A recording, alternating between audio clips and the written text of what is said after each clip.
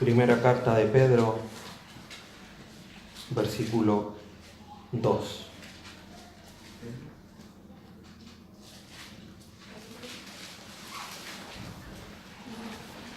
Versículo 24.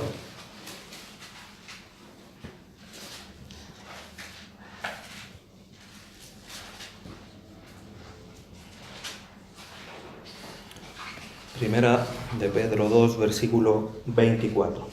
Dice: quien llevó él mismo nuestros pecados en su cuerpo sobre el madero, para que nosotros, estando muertos a los pecados, vivamos a la justicia, y por cuya herida fuisteis sanados. Comenzamos la semana pasada a estudiar a Jesucristo no como persona, sino que la obra de Jesucristo, lo que Él hizo en la cruz del Calvario. Y establecimos la semana pasada algunas cosas que son importantes y que vamos a hacer un breve repaso para poder adentrarnos a lo que hoy día vamos a ver, que es cuáles fueron las consecuencias de la muerte de Cristo en la cruz del Calvario. ¿Cuál es el resultado para nosotros? ¿O qué es lo que Dios proveyó para nosotros en la cruz del Calvario?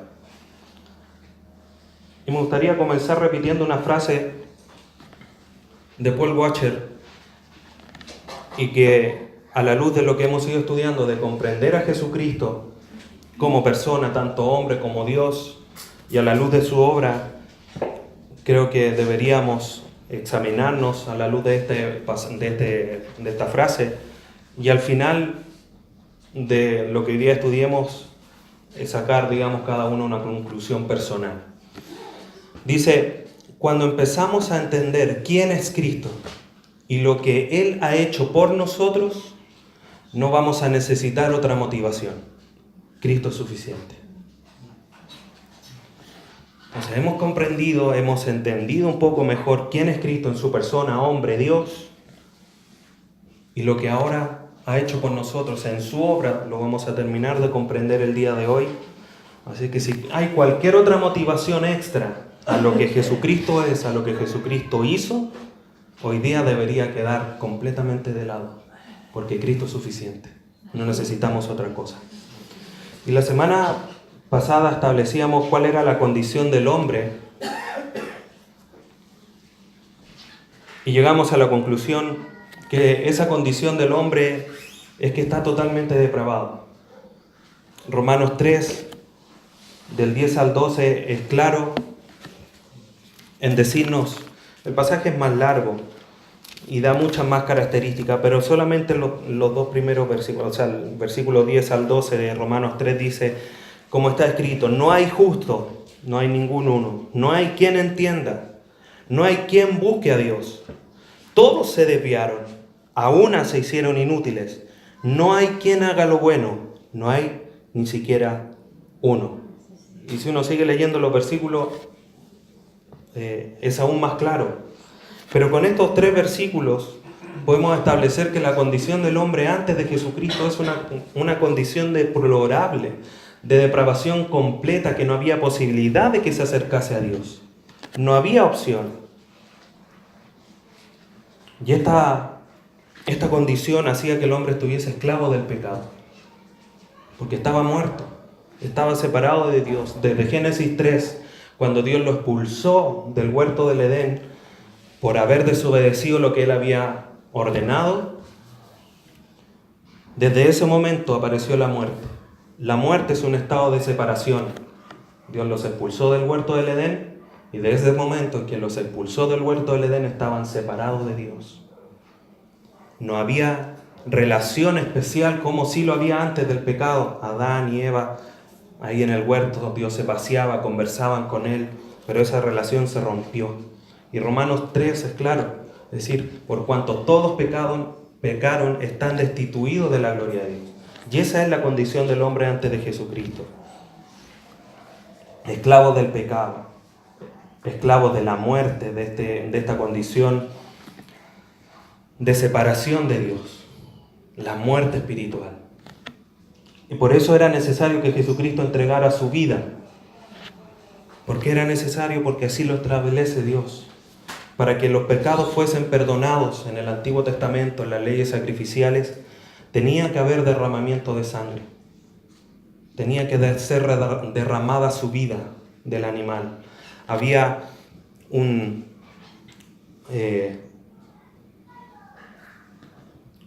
¿cómo se llama? Se me olvidó la palabra de nuevo. Igual que el domingo pasado, igual se me olvidó.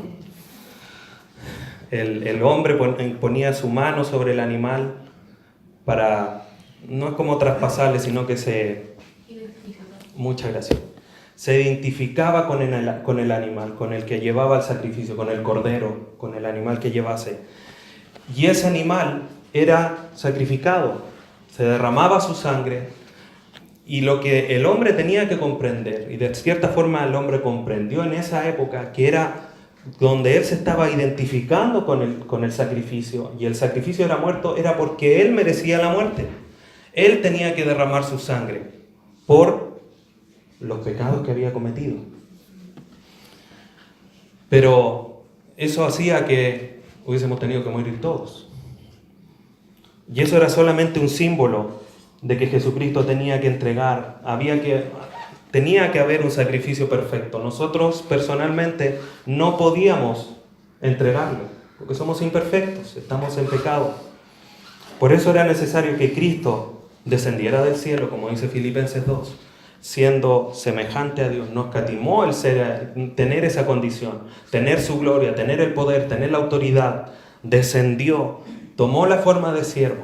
Y no solamente eso, se hizo obediente y obediente hasta la muerte.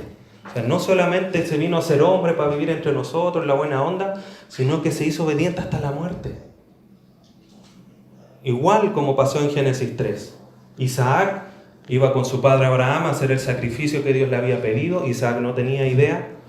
Generalmente se dice que era un muchacho de 10, 12 años, por eso se dice que fácilmente Abraham lo ató como sacrificio, pero piense usted, para matar a un carnero, para quemar un cordero, o conocemos un cordero ya, digamos, más grande, para quemar un cordero como sacrificio no se necesitan 2 palitos, se necesita un buen atado de leña, y el que llevó la leña fue Isaac, no fue Abraham. Por lo tanto, Isaac no era un joven de 10 a 12 años, era un joven de mayor edad, por lo menos unos 20 o 30 años, para llevar la carga de leña que necesitaban llevar hasta arriba para hacer el sacrificio. Pero ahí en Génesis cuenta la historia, estaban armando, se armó el altar, y de repente Abraham llegó y ató a su hijo. Y uno dice, y Isaac no le dijo nada. Eso muestra un símbolo de la voluntariedad del sacrificio de Jesucristo en la cruz. Dios no lo obligó. Dios, obviamente, en su autoridad, en su soberanía, dispuso que Jesucristo iba a morir en la cruz, pero lo hizo voluntariamente, y lo vamos a ver el día de hoy, porque Él voluntariamente se entregó por el rescate de nosotros. Entonces, era necesario que Cristo llegara a la cruz y derramara su sangre, porque así lo establecía la ley, y así también lo dice Hebreos, que sin derramamiento de sangre no hay remisión, no hay perdón de pecados. Y repasamos rápidamente todo lo que pasó Jesucristo en los eventos, tanto en la cruz como alrededor de la cruz. Una agonía antes de su crucifixión en el huerto, sudando gotas de sangre.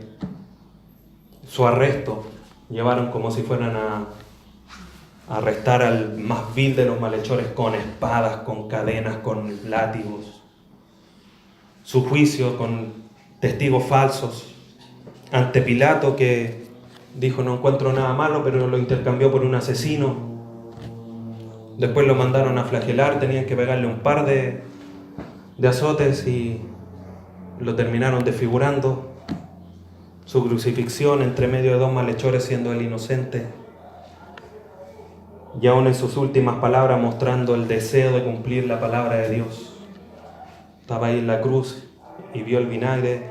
Dijo, para que se cumpliese todo lo que está escrito, tengo sed, para que le diesen vinagre. Y después de todo eso dijo, consumado es. Y en todo esto vemos la ira de Dios recibida en Jesucristo por culpa nuestra. Cuando Jesucristo en el huerto del Getsemaní le dice, si es posible pase de mí esta copa, esa copa simboliza la ira de Dios, que fue derramada en forma completa. Entonces, entendiendo esto como un pequeño resumen, nosotros debemos comprender que Jesucristo vino a la tierra a pagar el precio de nuestro pecado. Nuestra culpa, nuestro pecado nos hacía que nosotros debíamos estar en ese lugar, no Él, pero Él se dio voluntariamente. Juan 10:11. Jesucristo revela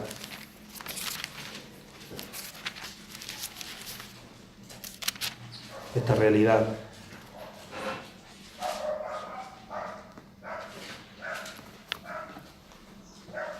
Juan 10:11. Yo soy el buen pastor. El buen pastor su vida da por las ovejas. Las ovejas no le dicen, oye pastor, ¿puedes dar mi vida? Pero para que nos quede más claro, versículos 17 y 18 del mismo capítulo. Por eso me ama el Padre, porque yo pongo mi vida para volverla a tomar. Nadie me la quita, sino que yo de mí mismo la pongo. Tengo poder para ponerla y tengo poder para volverla a tomar. Este mandamiento recibí de mi Padre.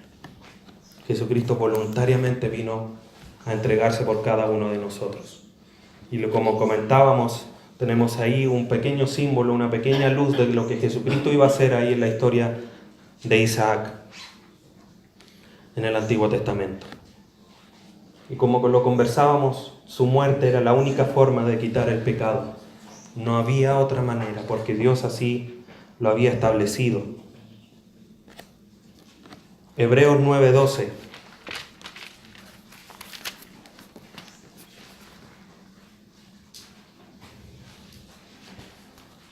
Nos relata esto y dice, Hebreos 9:12, y no por sangre de machos cabríos ni de becerros, sino por su propia sangre, entró una vez para siempre en el lugar santísimo, habiendo obtenido eterna redención. No por la sangre de animales, sino por la sangre del Cordero de Dios que quita el pecado del mundo. Entonces vamos a ver, hoy día vamos a revisar varios versículos para comprender de mejor manera cuál es la provisión, qué es lo que Dios entregó por medio de la obra de Jesucristo en la cruz del Calvario. Y lo primero que debemos comprender, y a lo mejor vamos a repetir varias cosas, es que nosotros estábamos enemistados con Dios. Éramos enemigos, no teníamos relación. Estábamos destituidos de la gloria de Dios. Y eso nos hacía estar muertos espiritualmente. Estábamos separados de Dios. Pero Dios en su misericordia proveyó muchas cosas. Y vamos a ver esta mañana y vamos a comprender más profundamente lo que involucra la muerte de cruz en Calvario. Porque si preguntase yo ahora, ¿qué proveyó en la cruz Jesucristo? Decimos de forma general, la salvación.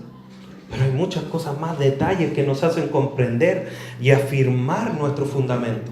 Estamos estudiando fundamentos de la fe y en los fundamentos tenemos que entrar a conocer estos detalles que nos dan la seguridad de la obra de Jesucristo en la cruz.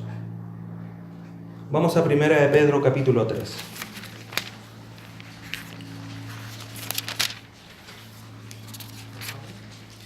Primera carta de Pedro, capítulo 3, versículo 18.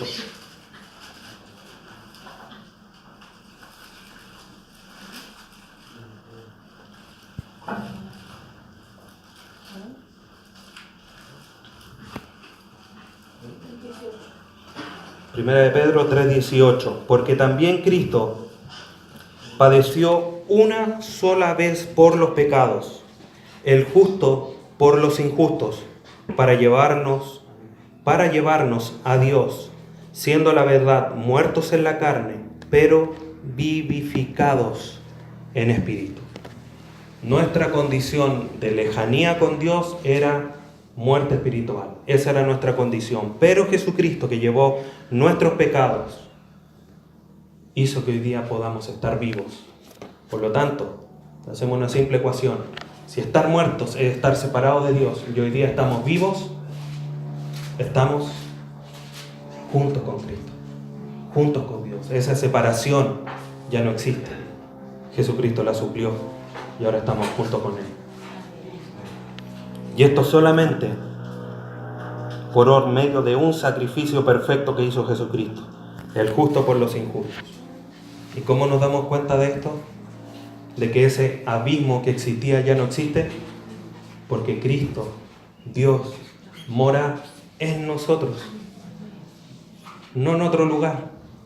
No como en el Antiguo Testamento, que después de muchos años, desde la expulsión del huerto del Edén, hasta cuando Moisés terminó de construir el tabernáculo y descendió la presencia de Dios ahí, Dios mostrando su misericordia, su bondad, su amor de poder morar en medio de su pueblo. Hoy día Dios no mora aquí, al medio, mora aquí, en cada uno de nosotros, por medio del Espíritu Santo.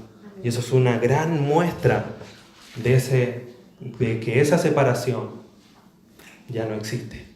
Porque no es que esté ahí, incluso podría significar que estamos a 1 metro de... No, mora aquí. Por lo tanto, nuestro estado de separación con Él ya no existe, ya no hay. Estamos vivos en Cristo.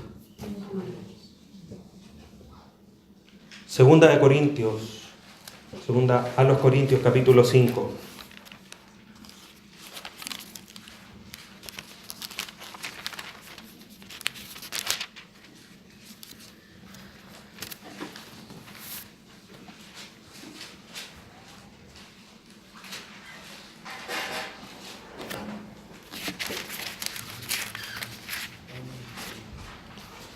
Segunda a los Corintios 5, versículo 21.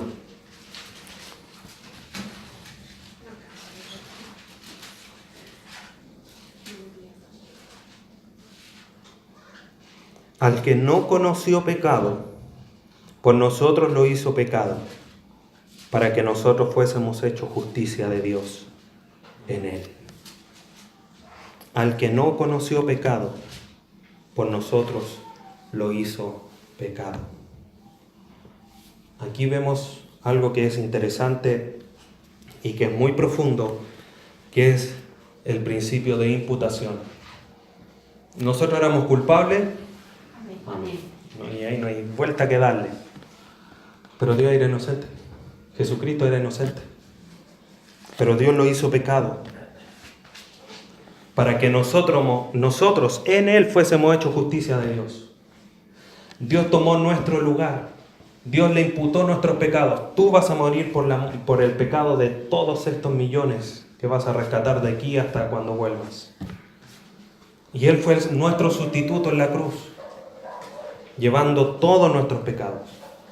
Y así como Cristo fue tratado como el peor de los pecadores estando en nuestro lugar, no solamente la imputación es en ese sentido, sino que es desde allá hacia acá, porque ahora en Cristo a mí Dios me ve, a pesar de que no he sido glorificado, me ve como justo siendo aún pecador. Y eso es maravilloso, cómo Dios proveyó todas las cosas, trató a su Hijo como el peor de los peores, y hoy día nos trata a nosotros como si fuésemos los mejores.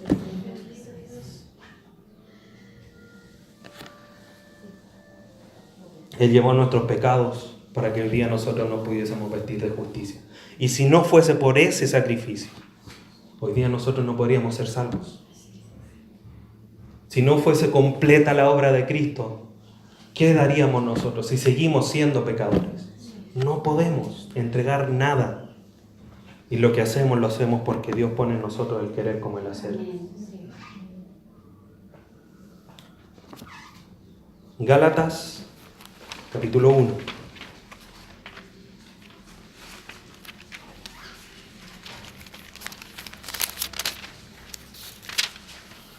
Gálatas, capítulo 1, versículo 4.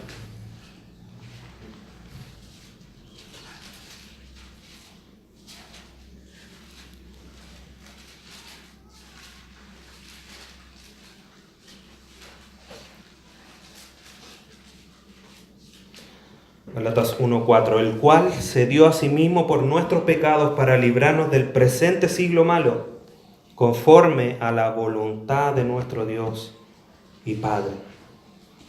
Nadie podía quitar los pecados, nosotros no podíamos hacer nada con nuestros pecados, además de seguir viviendo en ellos. Por eso Cristo logró que nosotros fuésemos librados del presente siglo malo, que aquí hace referencia a un sistema, no al futuro, hablando así como en 200 años más la cosa va a estar peor. Lo que habla aquí, por el contexto y por las palabras en griego, habla del sistema pecaminoso que Satanás levanta. Pero el sacrificio en la cruz del Calvario, hecho por Cristo, fue el diseño y el cumplimiento perfecto de la voluntad de Dios. Que leíamos en Juan 10:17, yo doy mi vida porque yo quiero, yo la doy y la puedo volver a tomar porque ese fue el mandamiento de mi Padre. Dios dio su vida porque el Padre lo envió. Y la volvió a tomar porque Dios se la volvió a permitir.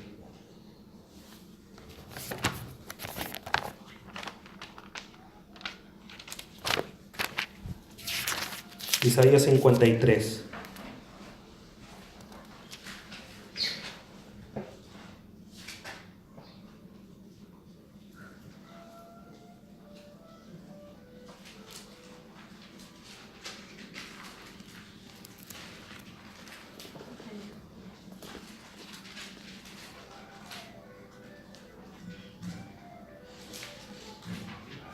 Versículo 10.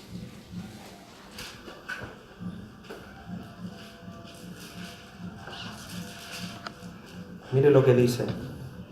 Con todo eso, hablando de toda la angustia, las dificultades, las aflicciones, el desprecio que iba a sufrir.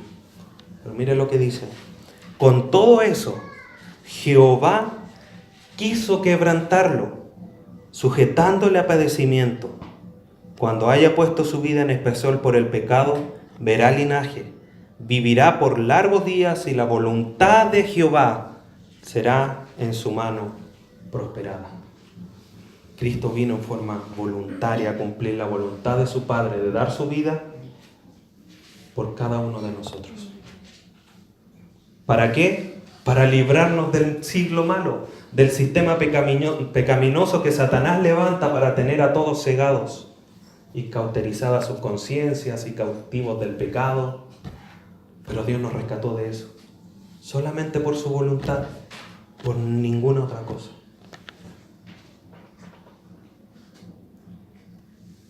Efesios 1:7.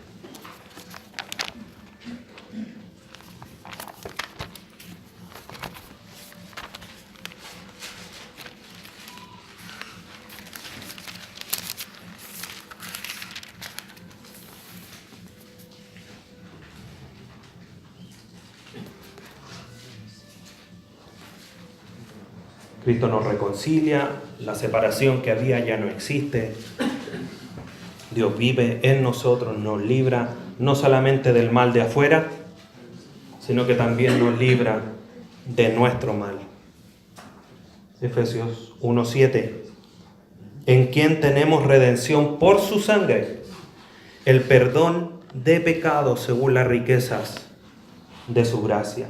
Y cuando aquí habla del perdón de pecados, de la redención por su sangre, habla de ese pago que en el Antiguo Testamento, en la antigüedad, se hacía para rescatar a aquellos que estaban esclavos.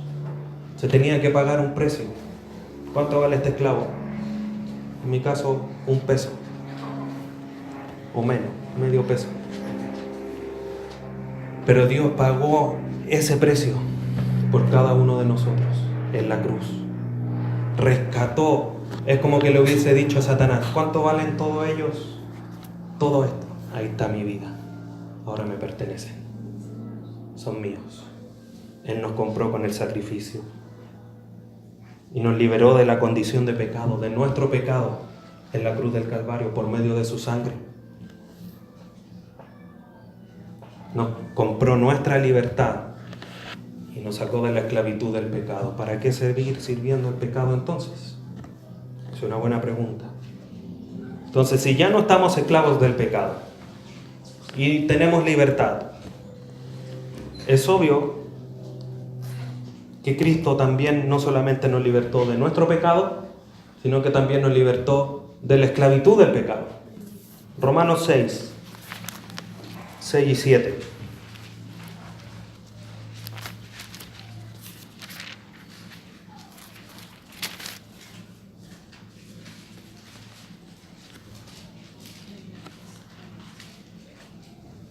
Romanos 6, 6 y 7.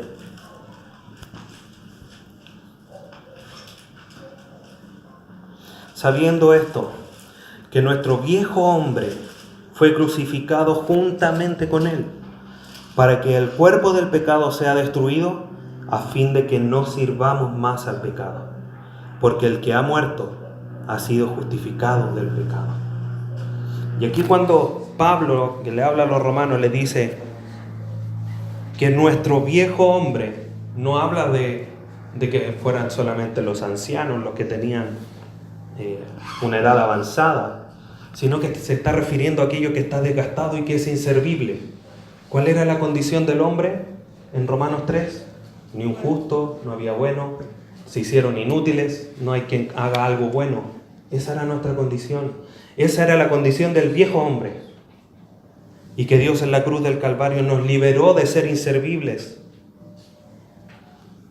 ¿Y para qué? Para que ya no sirvamos más al pecado. Dios, por medio del sacrificio de Cristo, removió la presencia y el poder, el control del pecado en nuestras vidas y nos ha puesto a Jesucristo en nuestro corazón por medio del Espíritu Santo. Entonces, en Cristo somos liberados de la condición pecaminosa, de la esclavitud del pecado. Ya no estamos ni en su dominio ni en su control. Y ahí cada uno tendrá que examinarse. Si no somos esclavos del pecado, no tenemos, y somos liberados del pecado, entendiendo que también tenemos una condición pecaminosa natural en nuestro cuerpo, pero ya no estamos bajo su dominio, ¿por qué seguimos pecando? Hay una responsabilidad de cada uno de nosotros.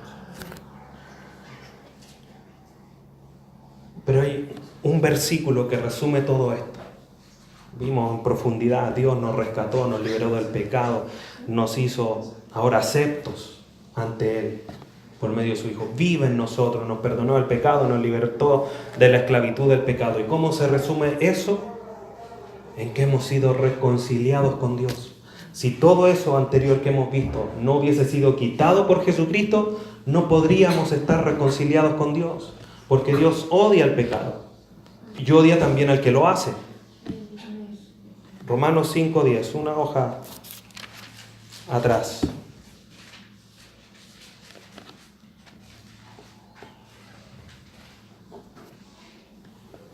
Romanos 5:10. Porque si siendo enemigos, ahí estaba nuestra condición, fuimos reconciliados con Dios por la muerte de su Hijo, mucho más, estando reconciliados, seremos salvos por su vida.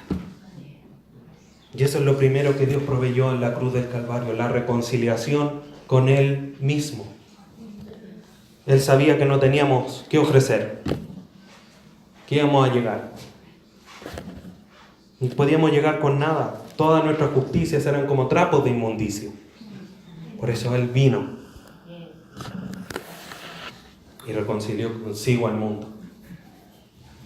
Y nos da un ejemplo. Muchas veces nosotros, no, si yo no le he hecho nada, ¿por qué lo voy a perdonar? Sí, pues Dios no hizo nada, pero Él fue el que se acercó para buscar el perdón y estar reconciliados con quien habían perdido. Pero hay un problema aún más profundo, y veíamos ahí en Romanos 3. El hombre no es justo, no tiene entendimiento, no hay quien le busque, no hay quien haga lo bueno. Y para cada una de esas condicionantes de nuestro pecado y de nuestra condición pecaminosa antes de Cristo, Jesucristo proveyó la solución. Y ahí está toda la obra de Cristo en la cruz del Calvario. Por eso Pedro exclama en Hechos 4. Hechos 4:12.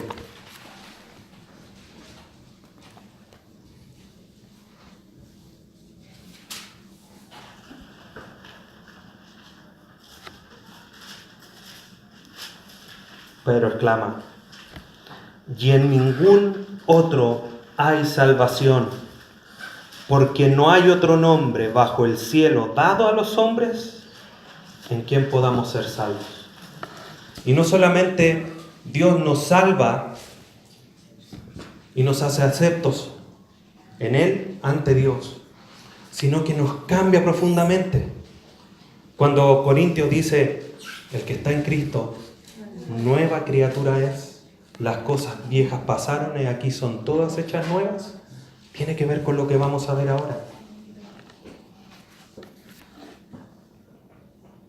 Tenga en mente Romanos 3. No hay justo ni uno, todos se desviaron, etc. Y lo primero que dice, justamente eso, que no hay justo, ningún hombre es justo. No podían buscarle a Dios por esa justicia, porque no eran justos. Pero mire Romanos 5:19. Dios proveyó en Él el que nosotros hoy día podamos ser llamados justos. Romanos 5:19. Porque así como por la obediencia de un hombre los muchos fueron constituidos pecadores, dicho de otra forma, por culpa de Adán, todos ustedes son pecadores, así también por la obediencia de uno, los muchos serán constituidos justos. Por la muerte en la cruz del Calvario de Jesucristo, nosotros hoy día somos llamados justos. Entonces la condición pecaminosa de que no hay justos, hoy día en Cristo ya no la tenemos, porque en Cristo somos justos, somos justificados en Él. Y esto tiene que ver con una postura legal de ser culpable o no culpable. Es como esa condición cuando Jesucristo en la cruz del Calvario dice: consumado es, que también tiene una figura legal de que estaba todo pagado. No había nada más que hacer. No se nos podía culpar de nada, ninguna deuda, porque ya estaba todo pagado en la cruz del Calvario. Y esa postura legal de que éramos injustos, que éramos condenados, en Cristo ya somos justificados. Ya no hay nada más. Podemos llegar delante del Padre libremente, porque no le debemos nada. Cuando le debemos plata a alguien, que ni me mire, porque le debo plata. Con Dios ahora podemos entrar porque no le debemos nada. En Cristo somos hechos justos.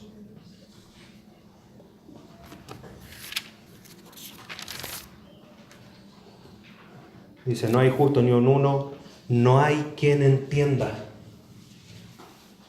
¿Quién puede entender a Dios?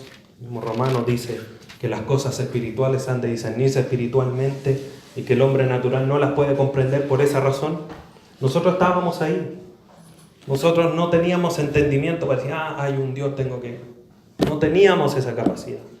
Pero mire lo que dice Primera de Juan, capítulo 5. Es increíble cómo Dios va proveyendo todas las cosas.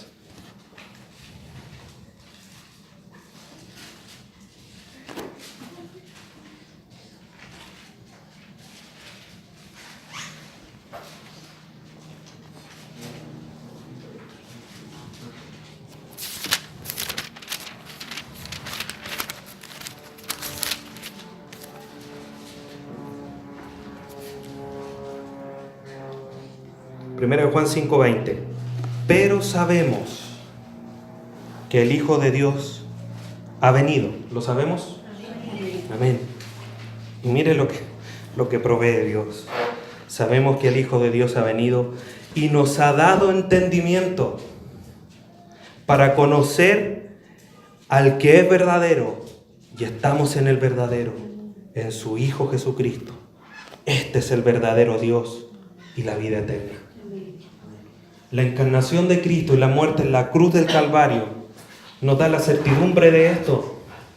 Si Jesucristo vino, ahora tenemos entendimiento por su misericordia. Y ya Dios no nos puede acusar de que no hay nadie quien entienda. Porque hoy día en Cristo entendemos la realidad espiritual. Hoy día conocemos al verdadero Dios.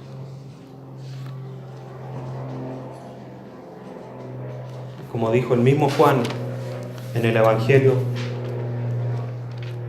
en el capítulo 17,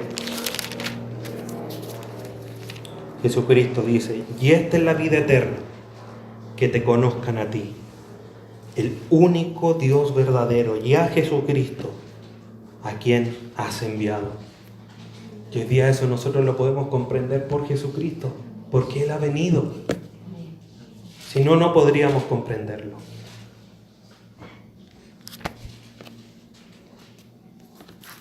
¿Qué más dice Romanos? No hay justo, ni aun uno. No hay quien entienda. No hay quien busque a Dios. Si no sabíamos, no entendíamos que había un Dios que nos podía rescatar, ¿cómo lo íbamos a buscar?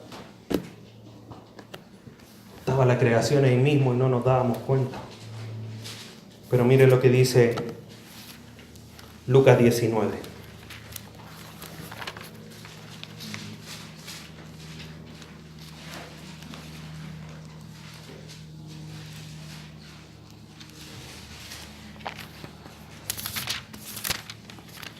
Lucas 19:10.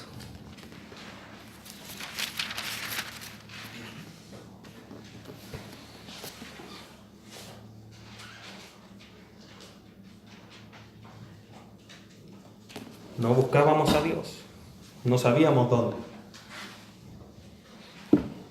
Lucas 19:10 dice: porque el Hijo del Hombre vino a buscar y a salvar lo que se había perdido. Como nosotros no buscábamos, Él nos vino a buscar a nosotros. Él se nos vino a aparecer. Jesucristo y Dios y toda la Trinidad en su esencia aborrecen el pecado. No le gusta. Lo odian.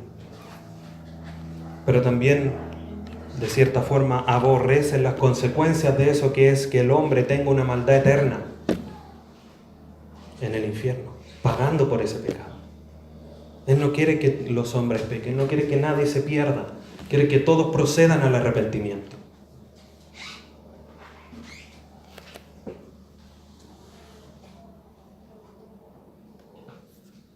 Pero Él en su amor y misericordia nos vino a rescatar. En su propósito eterno, por su voluntad, Él escogió sacarnos del mundo. Juan 17, este capítulo que es maravilloso de la oración de Jesucristo. Juan 17:6.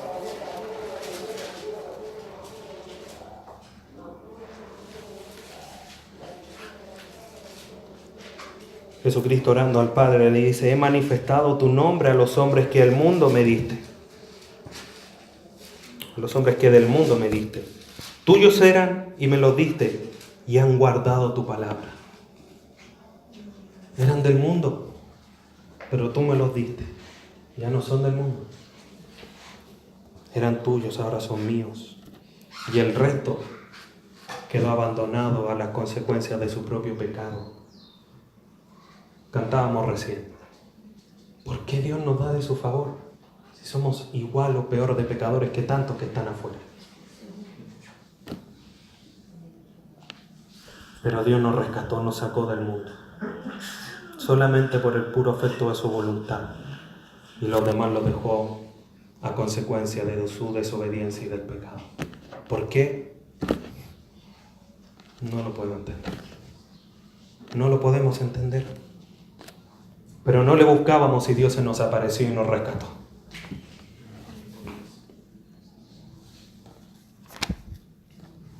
No hay quien entienda, no hay quien busque a Dios. Todos se desviaron.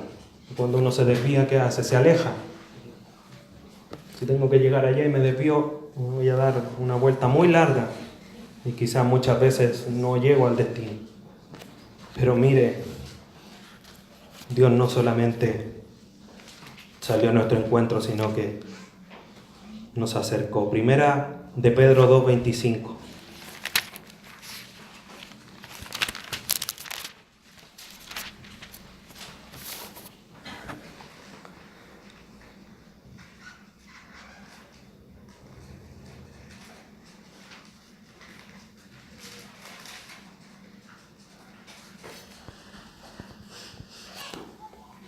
Primera de Pedro 2:25. Porque vosotros erais como ovejas descarriadas. Como de repente uno va y en el campo ve las ovejas y una anda por allá y dice, oye, esa se descarrió. Está perdida por allá, lejos del rebaño. Como ovejas. Pero ahora,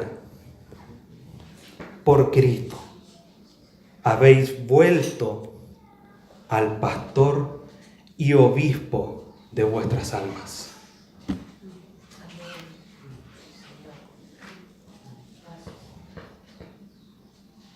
Estos dos mismos términos que hablan de los liderazgos del hombre en la iglesia, Pedro aquí los ocupa para revelarnos que nosotros que estábamos descarriados, alejados de Dios, Él nos tomó, nos puso en el rebaño y volvimos a aquel que es pastor. ¿Qué hacen los pastores? En un rebaño llevan a las ovejas a buenas aguas, a buenos pastos, le buscan buena alimentación. ¿Y qué hacen los obispos? Sobreveen, vigilan. Cristo, nuestro Dios, nuestro pastor que nos lleva a buenos pastos, a buena alimentación y quien cuida y vela por cada una de nuestras almas. A pesar que estábamos por allá, Él nos fue y nos rescató. Y ahora es Él quien nos cuida. ¿Cómo nos vamos a perder? ¿Cómo nos vamos a perder? Jesucristo lo dijo, el buen pastor da su vida por sus ovejas.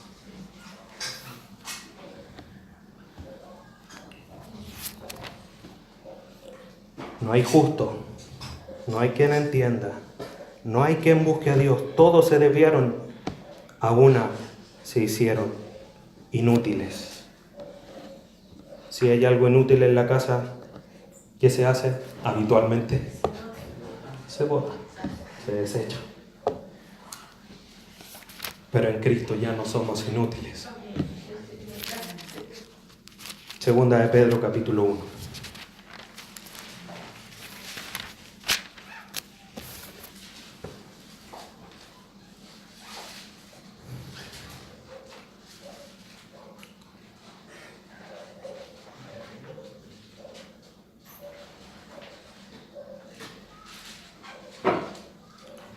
Segunda de Pedro 1:8. Porque si estas cosas están en vosotros y abundan, no os dejarán estar ociosos ni sin frutos en cuanto al conocimiento de nuestro Señor Jesucristo. La ociosidad, como dice el versículo, es como estar estéril. Alguien ocioso, alguien que está... Generalmente a los pobres jóvenes se la asocian, mira, estás puro ocioso, no haces nada en tu casa, no haces la cama, no haces nada. Y nosotros cuando decimos no vamos a hacer nada, nos tiramos y no hacemos nada y queda todo ahí. La loza de arrumar la cocina, sin hacer aseo, ociosos, inútiles, no servimos. Aunque sea porque una disposición propia de 5 minutos de ocio, entre tanto que hacemos. Pero espiritualmente éramos inútiles, podíamos hacer nada. Lo comentábamos recién, nuestras obras eran trapos de inmundicia. ¿Qué íbamos a presentarle? Pasajes claros, íbamos a llegar con eso ante Dios y decirle, mira, Dios, te traigo estos trapos de inmundicia para que me aceptes. Pero Dios provee de todas las cosas para que nosotros no estemos ociosos, sino que llevemos fruto, seamos productivos, seamos útiles a Dios. ¿Y cuáles son esas cosas? Dice el versículo, porque si estas cosas están, ¿cuáles son estas cosas? Versículos 5 al 7. Vosotros también, poniendo toda diligencia por esto mismo, añadid a vuestra fe virtud, a la virtud conocimiento, al conocimiento dominio propio, al dominio propio paciencia, a la paciencia piedad, a la piedad afecto fraternal y al afecto fraternal amor. Y si estas cosas están en vosotros y abundan, no podrán estar ociosos ni sin frutos. En Cristo Jesús ya no somos inútiles. Y manifestamos a través de esto que ya no tenemos la naturaleza inútil del pecado, sino que tenemos la naturaleza divina de ser útiles a Dios. Ahora, si no manifestamos esto, hay que preguntarse qué pasa con mi vida.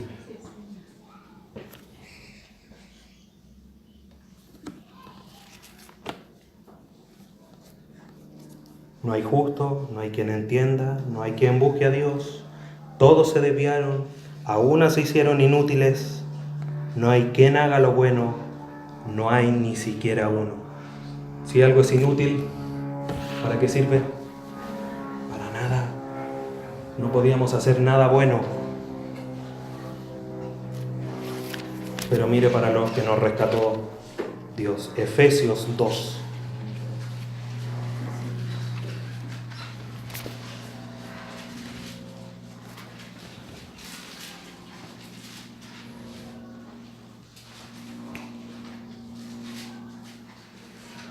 Efesios 2, versículo 10.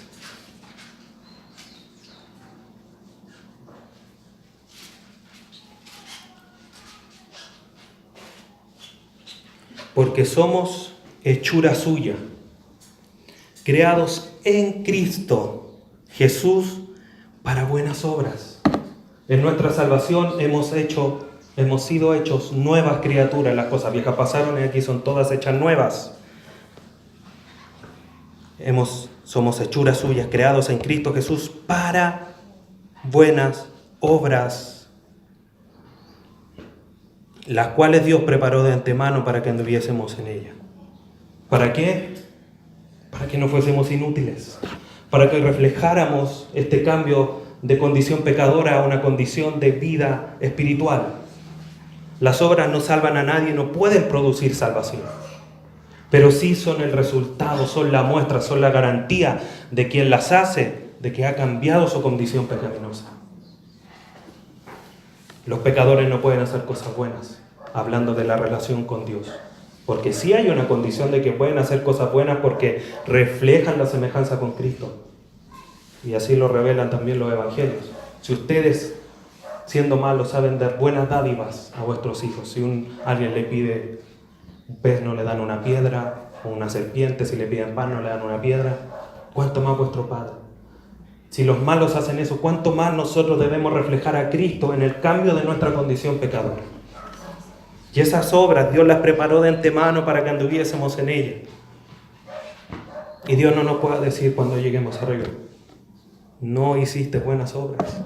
Si las buenas obras están preparadas para que nosotros las tomemos y las hagamos. Y Dios proveyó todo esto. Somos justos. Ahora entendemos. Ahora le buscamos. Ya no estamos desviados, estamos cerca. Ya no somos inútiles y hacemos cosas buenas.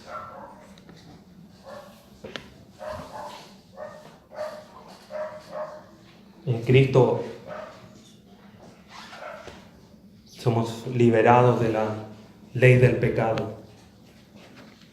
Romanos 8:2.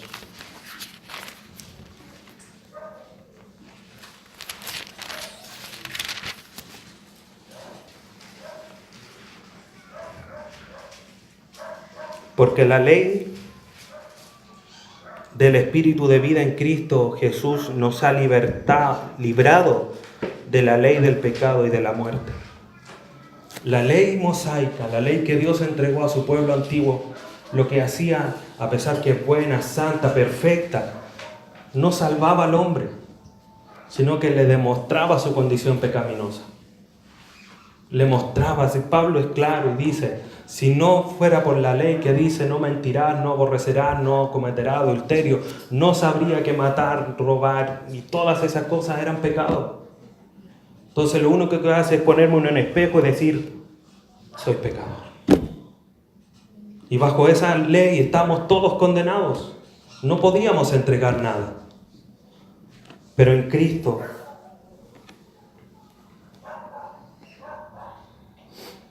hemos sido librados de esa ley del pecado. No porque fuese mala, sino porque si nos quedábamos en esa ley, éramos condenados eternamente. Y aquí cuando dice, porque la ley del Espíritu, es porque está dando una razón ¿de qué? Del versículo que está anteriormente. Dice, ahora pues, ninguna condenación hay para los que están en Cristo Jesús. Los que andan conforme a la carne, los que no andan conforme a la carne, sino conforme al Espíritu. ¿Por qué? Porque la ley del Espíritu de vida en Cristo Jesús nos ha librado de la ley del pecado. Estando en Cristo ya no estamos condenados. Ya no hay quien nos diga y nos apunte con el dedo. Porque en Cristo somos justificados, somos salvos, somos justos, ya no somos inútiles.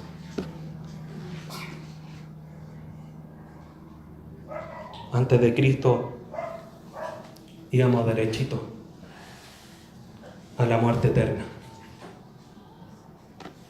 Es como venir el camino desde la punta del cerro derechito, ahí abajo. No había freno, no había lomo de toro, no había ninguna cosa. Derechito.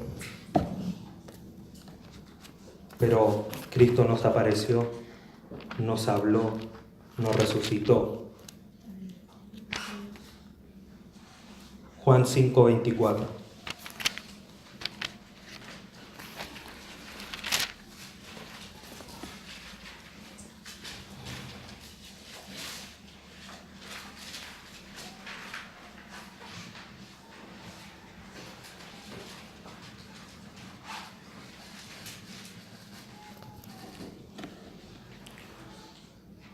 Juan 5:24. De cierto os digo, el que oye mi palabra y cree al que me envió, tiene vida eterna. Y no vendrá condenación, mas ha pasado de muerte a vida. El pasaje nos dice, el que oye mi palabra y cree al que me envió, tendrá vida eterna. Un presente dice, tiene. Por lo tanto, en el momento que creemos en Cristo, somos hechos hijos de Dios.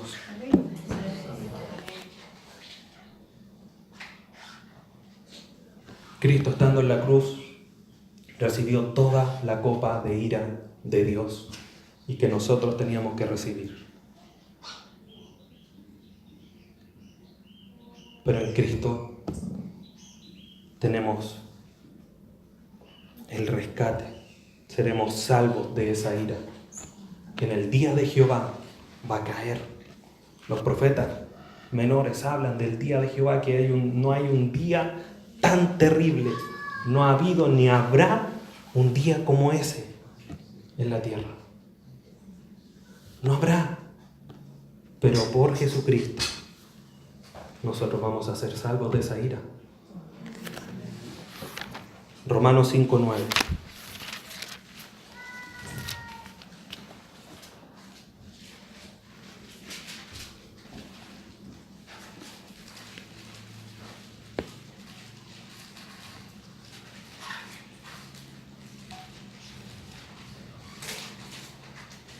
Romanos 5:9. Pues mucho más, estando ya justificados en su sangre, por él seremos salvos de la ira. ¿Qué ira va a caer? Si en Cristo somos justos, somos buenos, somos útiles, le buscamos, entendemos. Cristo soportó la plenitud de la ira en la cruz del Calvario. No quedó una gota por si acaso para más adelante. Toda la ira por el pecado cayó en Jesucristo en la cruz del Calvario. Ninguna cosa quedó pendiente. Por eso es que Cristo, si somos justificados por Él, nos va a rescatar, nos va a salvar de esa ira de Dios que va a caer en contra de los incrédulos. John MacArthur dice lo siguiente: poniéndolo lo más simple que puedo, si Cristo no es mi sustituto, entonces yo todavía ocupo el lugar de un pecador condenado.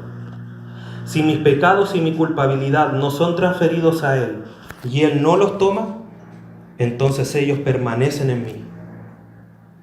Si Él no lidió con mis pecados, entonces yo tengo que lidiar con ellos. Si Él no cargó mi castigo, entonces yo tengo que cargar con Él. No existe otra posibilidad. ¿Es Él o yo? Y bajo esa posibilidad es Él, porque Él recibió toda la ira de Dios, todo el castigo por nuestro pecado. ¿Y por qué? ¿Cuál fue el motivo de su muerte en la cruz? Juan 3:16, que dice: de tal manera amó Dios al mundo, que ha dado a su Hijo unigénito, para que todo aquel que en Él crea no se pierda, mas tenga vida eterna. Ahí mismo en Romanos capítulo 5, versículo 8. Mas Dios muestra su amor para con nosotros, en que siendo aún pecadores, Cristo murió por nosotros. Dios muestra su amor en la cruz del Calvario, su gran amor y su gran misericordia. Mire lo que dice 1 de Pedro 1, versículo 3. 1 de Pedro 1, 3.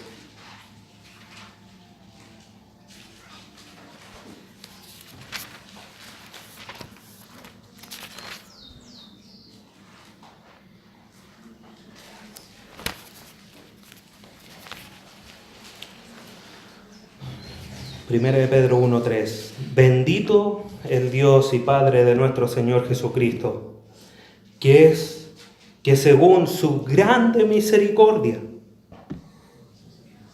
nos hizo renacer para una esperanza viva por la resurrección de Jesucristo de los muertos. Gran misericordia. ¿Por qué es grande la misericordia de Dios? Porque Cristo, cuando aún éramos débiles a su tiempo, murió por los impíos. Ciertamente apenas morirá alguno por un justo, con todo pudiera ser que alguno osara morir por el bueno. Pero por un pecador, por alguien inútil, alguien que no hace nada bueno, que no es justo, que no busca a Dios, que está desviado, que está muerto espiritualmente, ¿quién va a dar la vida por uno? Cristo. Mas Dios muestra su amor para con nosotros, en que siendo aún pecadores, Cristo murió por nosotros.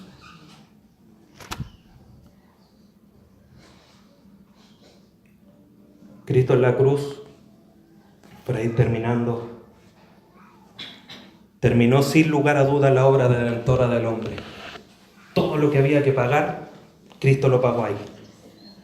Pero la historia de salvación no termina ahí, porque la tumba no pudo retener a Cristo. Él vive y continúa su obra que comenzó, la continúa ahora. Filipenses 1:6.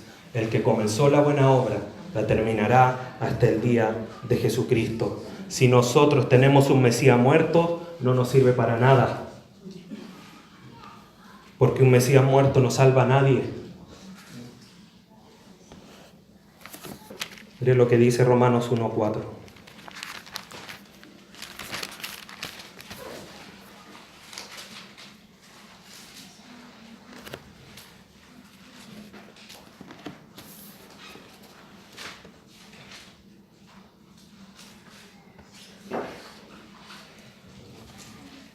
Romanos 1:4.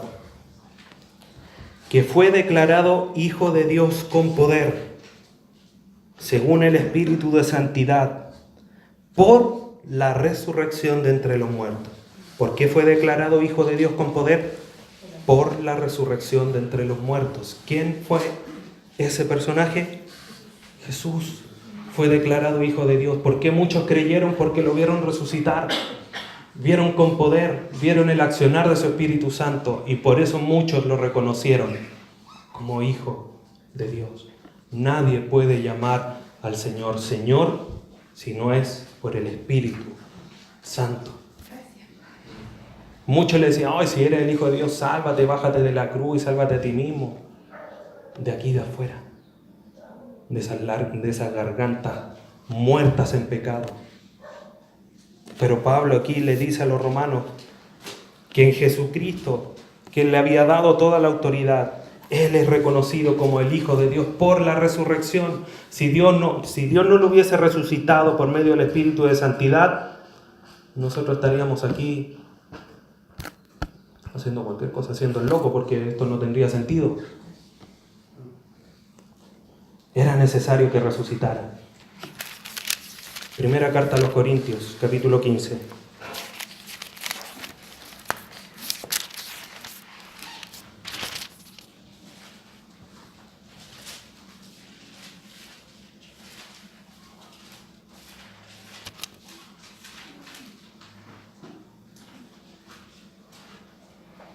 Del 1 al 12 no vamos a leer todo el pasaje, usted lo puede leer después. Pero el último versículo, mire lo que dice. Pero si se predica de Cristo que resucitó de los muertos, ¿cómo dicen algunos entre vosotros que no hay resurrección de muertos? O sea, o hay o no hay. Si se predica que Cristo resucitó es porque tenemos la esperanza. En el Antiguo Testamento se hablaba de las primicias como aquella separación de los primeros frutos, de la primera parte de la cosecha, para entregarlas para el Señor. En el Nuevo Testamento, la resurrección de Cristo es anunciada como las primicias de la resurrección. Ahí mismo en 1 Corintios 15, 20 al 22. Mas ahora Cristo ha resucitado de los muertos, primicias de los que durmieron es hecho. Porque por cuanto la muerte entró por un hombre, también por un hombre la resurrección de los muertos. Porque así como en Adán todos mueren, también en Cristo todos serán vivificados. ¿Qué nos muestra esto? La resurrección de Cristo lleva la promesa de una resurrección futura para nosotros. Es la primicia. Si hay una primicia, quiere decir que hay una cosecha más atrás. Y en esa cosecha más atrás estamos contados nosotros. Y eso por la obra continua de Jesucristo. No quedó en la tumba, sino que se levantó de entre los muertos. Y hoy día Jesucristo actúa como intercesión y mediador entre Dios y nosotros. Hebreos 7:25. Ya vamos terminando, en un par de minutitos.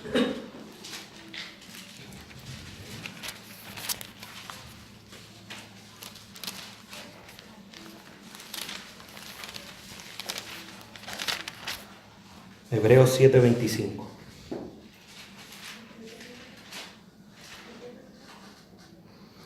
Por lo cual puede también salvar perpetuamente a los que por Él se acercan a Dios, viviendo siempre para interceder por ellos. ¿Por quiénes?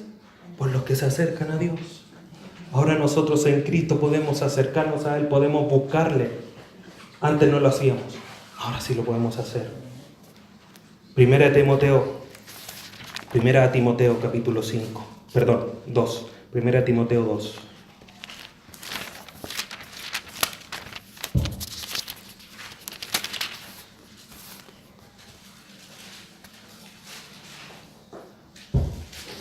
Primera de Timoteo 2,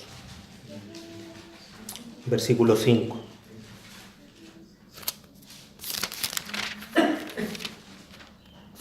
Porque hay un solo Dios y un solo mediador entre Dios y los hombres, Jesucristo, hombre. Hoy día Cristo intercede y media por nosotros ante el Padre. La labor que hacía el sumo sacerdote en el tiempo antiguo por el pueblo, una vez al año en el lugar santo, más santo, entregando el sacrificio por los pecados.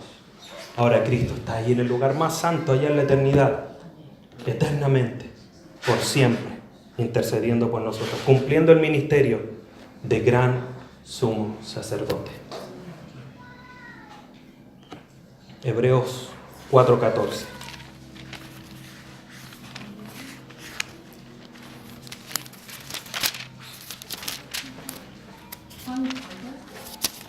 Hebreos 4:14. Por tanto,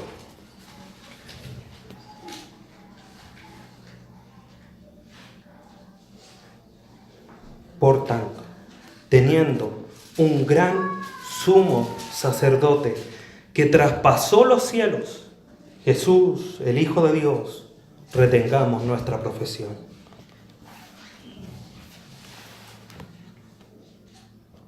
No podría estar cumpliendo su ministerio de gran sumo sacerdote si no hubiese resucitado y hubiese traspasado todos los cielos para llegar al Padre y sentarse a la diestra de Dios. Entonces, para finalizar, el mismo versículo nos ayuda. Jesús, el Hijo de Dios, como nuestro gran sumo sacerdote, retengamos nuestra profesión. Entonces, al final, ahora nosotros debemos autoexaminarnos. Y hay dos posibilidades después de la autoexaminación. Una, a ver si no hemos arrepentido y hemos clamado el nombre del Señor como nuestro Salvador, como nuestro Señor. ¿Lo hemos hecho? Eso es una autoexaminación. ¿Lo has reconocido?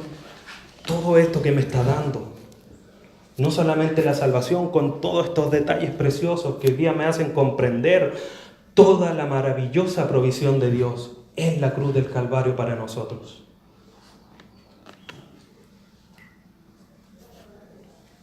Pero también puede ser que no estemos llevando la vida que debemos llevar frente a la luz de todo esto. Dios murió por mí, soy llamado su hijo, pero estoy siendo útil, estoy llevando fruto, estoy haciendo las buenas obras que Dios preparó de antemano para que anduviese en ellas.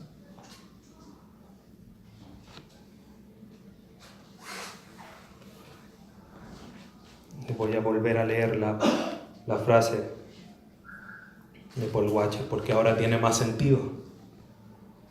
Cuando empezamos a entender quién es Cristo y lo que Él ha hecho por nosotros, no vamos a necesitar otra motivación. Cristo es suficiente. No hay, como dice Pedro, no hay más en quien podamos encontrar salvación. ¿Quién más? ¿Quién más me hace justo? ¿Quién más me hace tener buenas obras? ¿Quién me hace útil? ¿Quién me acerca a Dios? Cristo y nadie más. Cristo es suficiente. ¿Qué voy a aportar yo? Nada. Hay un predicador que dijo, no recuerdo su nombre, sí, hay algo que nosotros aportamos a la salvación: nuestro pecado y nuestra condición pecaminosa. Todo lo demás, provisión de Dios.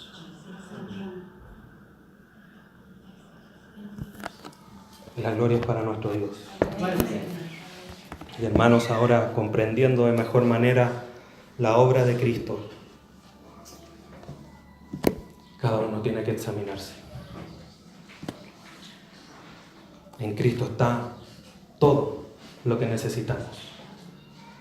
Todo. Él es suficiente. Solamente tenemos que tomarlo, vivirlo, amarlo, obedecerlo y todo lo que nos toca hacer como hijos de Dios. Oremos al Señor.